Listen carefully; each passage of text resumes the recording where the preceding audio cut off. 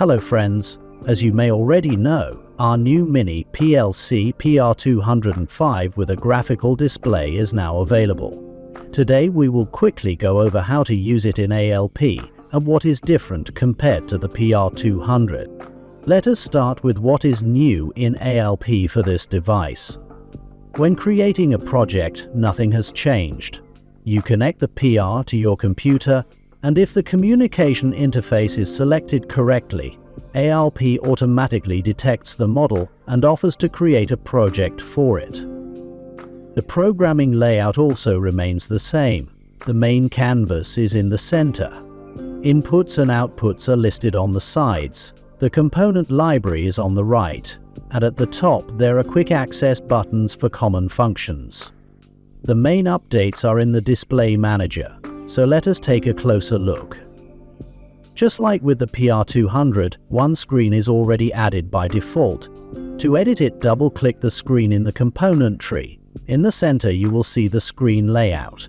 This is where you can place standard graphical elements.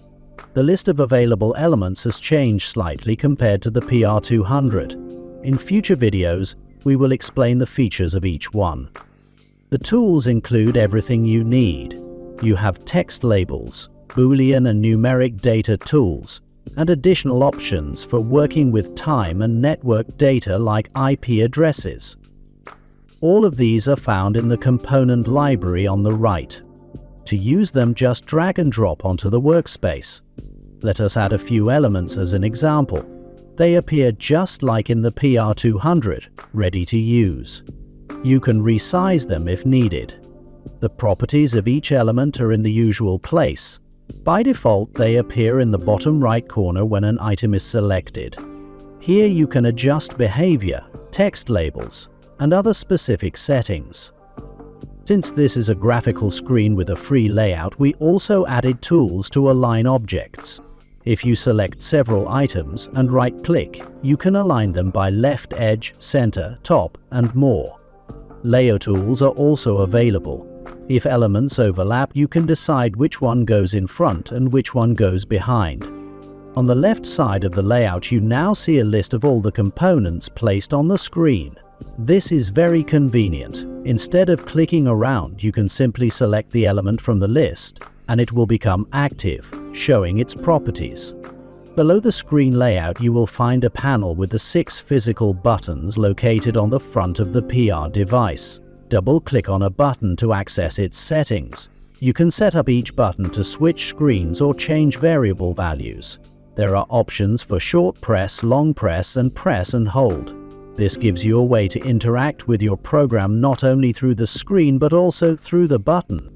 If one screen is not enough, which is usually the case, you can add more using the display manager. Right-click on the screen group and add as many as you need. You can name each screen to help with navigation and set up transitions between screens based on events. Button-based transitions are configured in each button's settings. In the display manager, you set transitions based on changes to internal variables. You choose which screen to go to and link it to a Boolean variable that will trigger the transition. This gives you a flexible and easy navigation system for your operators and for your project.